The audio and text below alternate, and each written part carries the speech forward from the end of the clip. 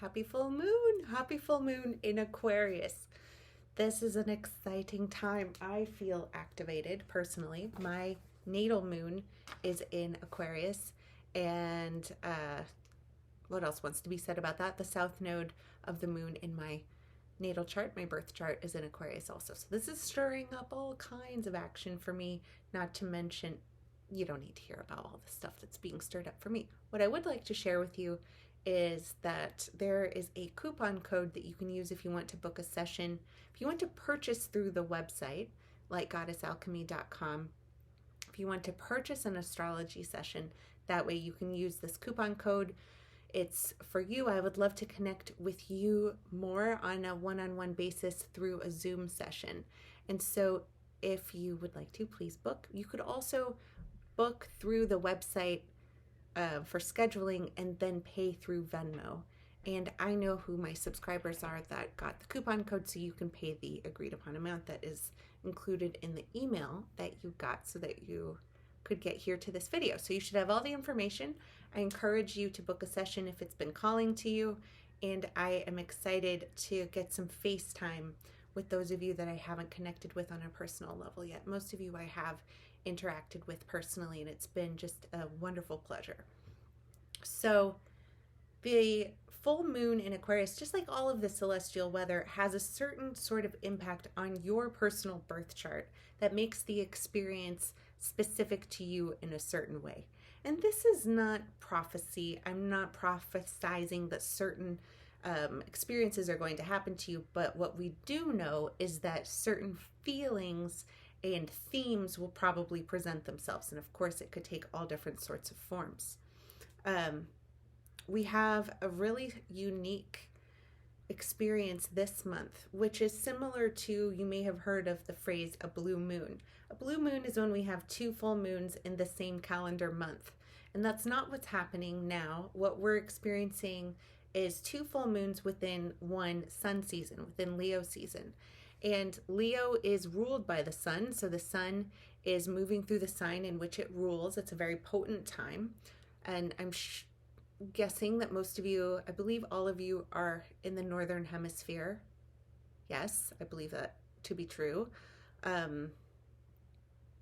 We're all going through summertime, so summertime is how we experience Leo season. Of course, in the southern hemisphere, it's winter, but here we are in summertime, in the sun's rulership, moving through its own rulership sign. It's exciting, and we have two full moons within this season. The season is bookended at the beginning and at the end with full moons in Aquarius, the oppositional sign. Aquarius is asking us to please keep perspective, keep our interests in consideration with humanity and global health. And Leo is urging us to remember that our personal experience is so important, and our expression of our personality is so important. Expression of creativity is where the sun is right now. And then we have the moon in its fullness in opposition to the sun, reminding us how critically important it is to be concerned about the big picture and to have a constant connection to the health of our greater community. Now, Aquarius can get really grumpy about what it perceives to be the shortcomings of that very same humanity that it is so concerned about. And an interesting thing takes place where pessimism becomes so on the forefront, taking up so much space and energy, because Aquarius has been so disappointed by what is taking place within our human interactions. And there is this sense of disdain and judgment that comes along with it. We really do need Aquarius to be dissatisfied with the status quo so that it can move into disrupting to create genius and innovative change. And to me, that's what these two full moons in Aquarius during Leo season is about, is really identifying what isn't working and being honest about it, and on a greater scale, right? Because it's really nice when we can have our Leo moment. And I do encourage you to have Leo moments of moving into the spotlight, allowing yourself to be seen and to shine, to be excited and feeling good about perhaps how you look in some way. Maybe it's your hair, maybe it's your skin, maybe it's a shirt that you bought or a dress. I don't know what it is, but I do encourage you to have that experience as well, to be feeling good about your appearance, because that is real. It's not even, what is the word I'm looking for? Luxury is a part of the human experience. We're taught this by Taurus, we're taught this by Leo, and this is crucial. It is a part of the human experience, period. It's not good or bad. It's just not the most important thing. So do look great. Do put on some lip gloss that you enjoy, or whatever the thing is for you, but just not at the expense of health. Your health, your children's health, the health of the planet, etc. Interestingly, and this is true for every sun season that we experience, has a full moon in the opposite sign, and we're continually in this space of experiencing both polarities. And in some ways that's really a Libra experience, right? Of attempting to create balance and sort of homeostasis. It's not possible to be perfectly balanced, and a Libra will tell you that it's exhausting to attempt to do so, and yet they try anyway, right? But what we can do is recognize when we've been putting too much energy into one direction or the other, and instead of attempting to have a continually equal balance, we can continue to adjust. Like we're cooking soup on the stove. And the beauty to me of making a soup is that you can continue to taste and add to it and make corrections. Whereas with baking, it's like you put it in the oven and you just cross your fingers and pray, right? Like that it turns out, because you can't adjust the flavors as you go.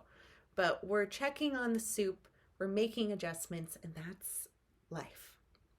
So Aquarius energy, so important in this Leo sun season. The first full moon in Aquarius is on July 23rd at 7:36 p.m. Pacific time. It is at 1 degree Aquarius, and the sun will be at 1 degree Leo. So this is early. This is sort of an immature but beginner's magic. I'm sure you've heard about this, that the beginner's luck, right? So we go into it with very low expectations and not a lot of pressure on ourselves. That's the beauty of being brand new to something. And we're going to try that with this first full moon. We're going to be not expecting perfection, not even ripeness. This is early. This is an early invitation to think outside the box in your own life on an individual level, and an invitation to begin holding folks accountable that really have the power. So turning to our neighbors, even strangers that we don't know who live within the city limits that is our home, and considering, I am not going to be judging harshly and assigning blame to individuals at this time. At this time, I am going to be just turning to myself and making decisions, thinking outside of the box in a way that supports the health of the planet and the health of humanity in general. So it's tricky, but this really is a personal time with the sun in Leo. And personally, how can we be shifting to make a better world? We're at a crisis point with the climate. The ways that human beings have been interacting with the earth have caused severe harm. It's undeniable. We can see it in many ways. And while my intuition and instinct, and I think also common sense, tells me that while the planet will eventually restore itself, and the timeline of the planet is much longer, Its existence has been around for so much longer than human beings we can't even fathom. But the Earth is willing to regenerate over thousands and even millions of years. What may not survive is humans. And that's real. That's just like, we need fresh water, we need clean air to breathe, and we need to be able to feed ourselves. We can't eat money. We can't even eat Venmo, okay? We can't do it. We may have some innovation that comes through that allows us to be able to feed ourselves more efficiently, and I'm looking forward to the innovation that will be coming through. I think it's really imminent and it's very exciting. But now is the time to think about our personal behaviors and how they affect the bigger picture. I encourage you to look at where you are spending your dollars. Take another look at whether or not you can shift how you're spending. Do simple things like limit how much you drive. And I'm not telling you to stay home. I'm telling you to make smart plans about how to more efficiently get things done. And just thinking, having a map in your head. And maybe you even need to use a map on your computer or on GPS on your phone to figure out, okay, I know I have these errands for the week, and how can I minimize the amount of driving back and forth that I'm doing so that I can begin to minimize the amount of carbon that I am putting out. Thinking about things like consumption of meat, but not only that, but consumption of foods that come from far away. Exotic vegan foods are not better for the planet than eating meat that was raised locally. It may not be popular for me to say that out loud among the vegan community, but it is absolutely true. Getting jackfruit from thousands of miles away imported is not better for the planet. All right, getting off my soapbox because I really don't have a particular agenda in how we look at this, more so that we're just looking at the little things that we can do so that we can feel empowered and not feel completely lost.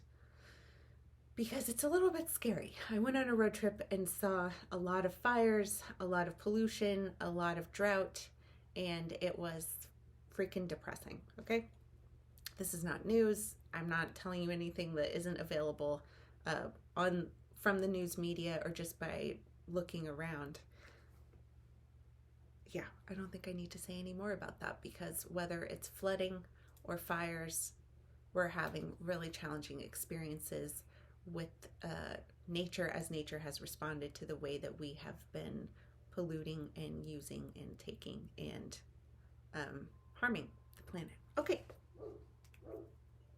Emotional excitement, drama, and performance. So this may come through if you're not allowing yourselves to be seen. If you have Leo placements, particularly if you have a Leo moon, you may get really activated. And if you're not allowing yourself to be seen and received, seen and heard, then your Leo is going to attempt to run itself through you in ways that you may not actually like. Tantrums, it's like you'll have a reason to be upset, but the way that it's going to come out, if you haven't been expressing your Leo energy, which is lion energy. So if you haven't been letting that be free and using your powers for good, or the power of Leo for good, then it's going to probably be not very cute, okay? And interestingly, what is likely to happen is that there will be resistance in your environment. So it'll almost feel like you have to throw a tantrum to be heard, but really I would take a look at what you've been doing to repress your own voice and to hide and to step out and speak up mindfully during this Leo season, which begins on July 23rd with the full moon. So the moon is opposite the sun. With every full moon, that is the case. Mercury is conjunct the sun at this time as well. So we do have Mercury coming through. Mercury is like the megaphone. I mean, it's the microphone, but when it's in Leo, it becomes the megaphone. All right. So Leo is really activating and expanding. Is it expansive? It's almost explosive. It's a fire sign. It's fire, fixed fire. I think it is explosive.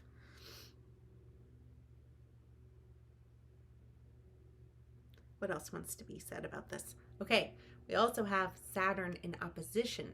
Saturn in Aquarius in opposition. And as we get into Leo season, further into Leo season, and as Mercury moves further into the sign of Leo, it'll become even more pronounced, where we will be met with that opposition of structure, repression, and oppression. The way to sort of cut that, make good use of that so that you aren't experiencing the negative sides, is to mindfully engage in healthy boundaries, structure, and discipline in your own life in a way that serves you in a healthy way. Then you're less likely to experience that in ways that are causing you pain and discomfort. And essentially, it's like surrendering to these energies as they come through, allow you to work with them. Otherwise, you may experience them as resistance. Uranus is squaring the moon and Saturn at this time as well.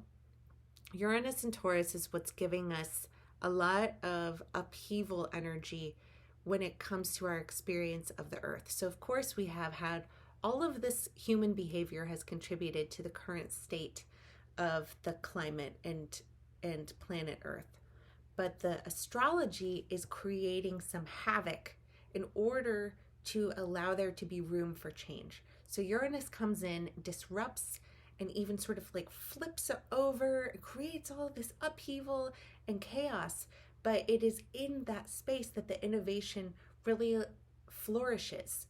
And we're getting help from Saturn as well, because as Saturn applies pressure, humans do respond. Uranus, as it affects the human psyche, can come through as trauma,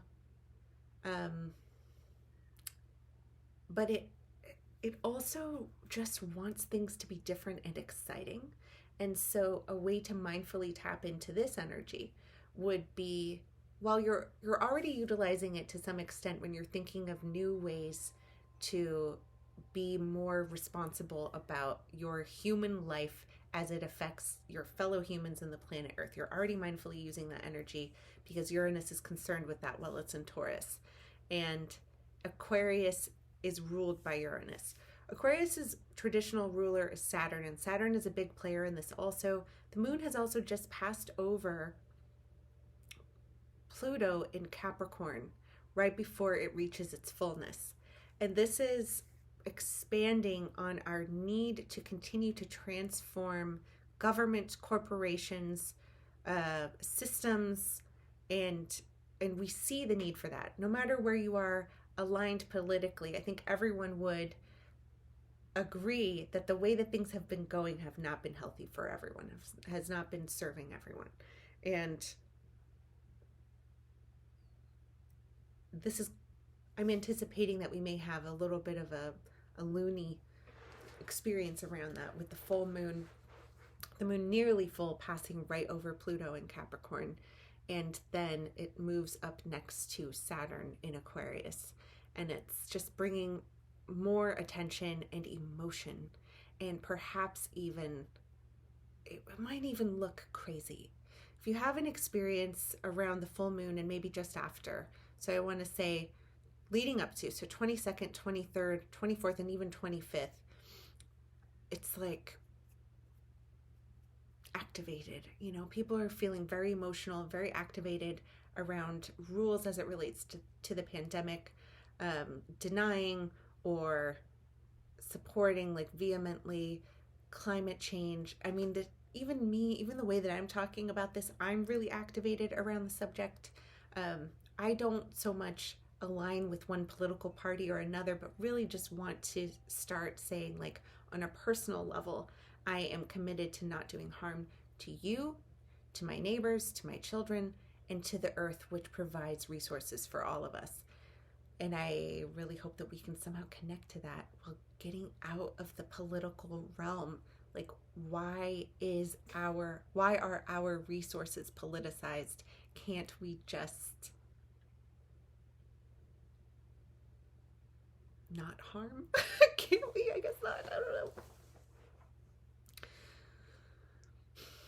Okay, so usually what we do is an exercise, right? The exercise is to take into consideration the invitations that I have said earlier in this video, to speak, to be seen, journaling about how you might be able to feel aligned with your own integrity and how you are utilizing the Earth's resources and how you are showing up as a community member.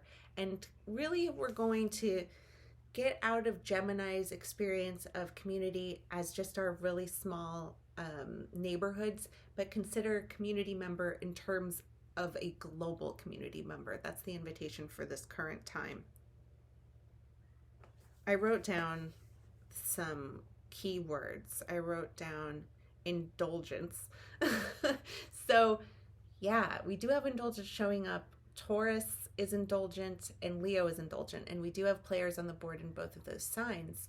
So how can we experience indulgence in a way that doesn't cause harm to our greater community? That is a question. Journaling maybe about that. Or if it isn't indulgence, if that word doesn't resonate for you, but what are the ways in which you can experience and connect with physical and sensual experiences, like looking beautiful, smelling beautiful things, seeing beautiful spaces? How can we do that while being in alignment and ensuring that we don't cause harm to the planet or to our community members, fellow community members? There is transformation afoot within government, authority, and order. There is temptation to perform in order to obtain desired effect, and some temptation to rewrite the script and our own script. So it could be that the Leo influence is showing up in a way that is like, this doesn't mean this. Getting attention or getting a certain desired effect is not necessarily you on a stage getting attention from an entire crowd, but it could be, how do you get attention from people in your day-to-day life? How do you get your little snacks of affection from folks? Whether it's your family members or your coworkers, how are you used to getting reinforcement from people that you interact with in order to know that you exist, right? Because that's really what this is about. It's like, am I even here? Am I even a shining star here? Do you see me shine?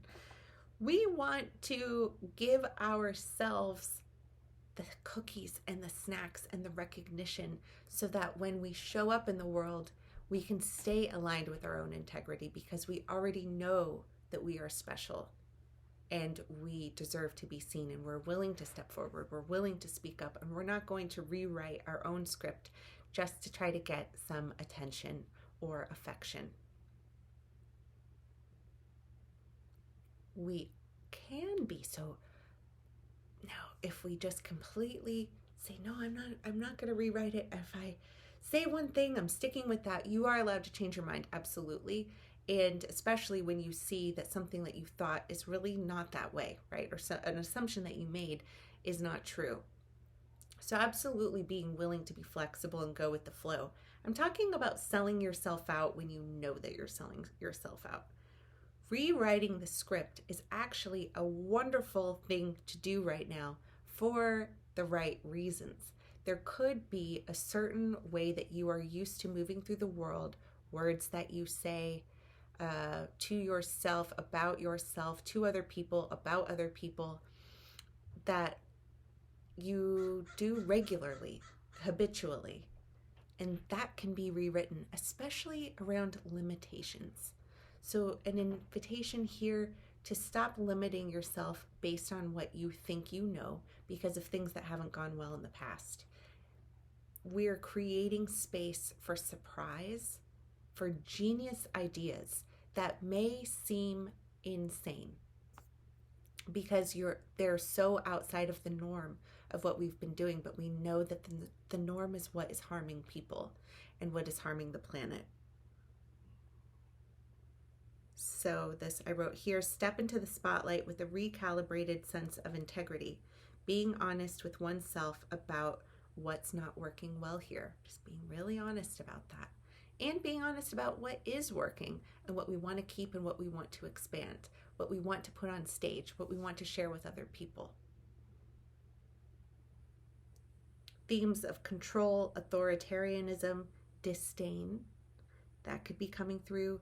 Use discernment to create functional boundaries and systems of your own, and to connect with systems in existence that are functional and non-harming. Being mindful of language and messaging. The vibration that you're putting out, even the language that you're using, the internal messaging has its own frequency that is emitted and it is being put out. Your private world in your mind, it is private. People don't know what you're thinking, but what you're thinking is putting something out into the atmosphere. And just being mindful of that and considering how you want to contribute to the collective frequency. Wise up with regard to your sense of outrage. Blaming entire political parties or entire groups of people. No. It hasn't been working. We've been angry. One political party has been angry with the other for hundreds of years. It's really not the thing. Let's look at folks in actual positions of power, authority, and influence and hold them accountable. Even the way that we think and talk about these people in positions of power and influence is contributing to the frequency as well. So our conversations about folks who have shockingly large amounts of money. I'm not talking about any of you all who are watching this video, and I hope that you're doing well financially, but the folks who could create the greatest effect of change have a tremendous amount of money, power, and influence. And those are the folks we could be directing our outrage at and to. All right. Although outrage can sometimes be harmful to ourselves if we're becoming so stressed out about it that we're actually just looping and not affecting positive change at all. But that's what I mean about voting with your dollars, to consider. I mean, I truly do not want to give Jeff Bezos any more of my money. I truly do not. I just don't. I don't want to give Walmart my money. I don't want to give, I don't know. I can't think of the list off the top of my head at this time. I posted it on my Instagram recently. But there are many billionaires who became even more billionaire throughout the pandemic. And meanwhile, we have folks giving restaurant workers a hard time because restaurant workers are no longer feeling motivated to go back to work making minimum wage and tips. And there's a lot of outrage that's being directed at those groups of people, and then suggesting that our economy isn't well because of them when we have these folks who are hoarding resources. Let's be honest about how much the people at the bottom can affect change. Now, personal, individual level change, so freaking important. And this is really the whole thing about this Leo and Aquarius dilemma, is that I don't want to take accountability away from individuals, but I do want to stop pointing fingers at individuals as though they are the big problem. They're not. Okay.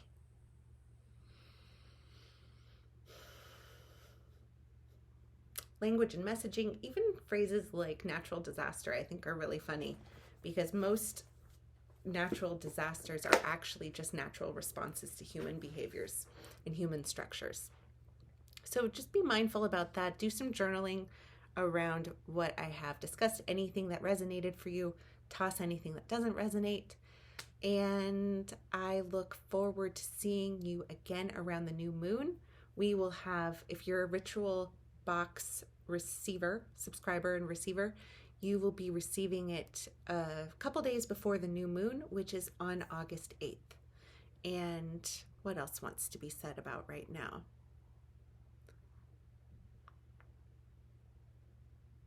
Then you'll have another prompt to sort of wrap up the Aquarius, Leo, Aquarius moon vibes of this season will come 2 weeks after that in your email inbox. If you have any questions, please let me know. I hope you are well at this time. Thanks for listening. I hope I wasn't too obnoxious on my soapbox. I get excited. I told you my Aquarius moon is super activated. All right, see you, bye.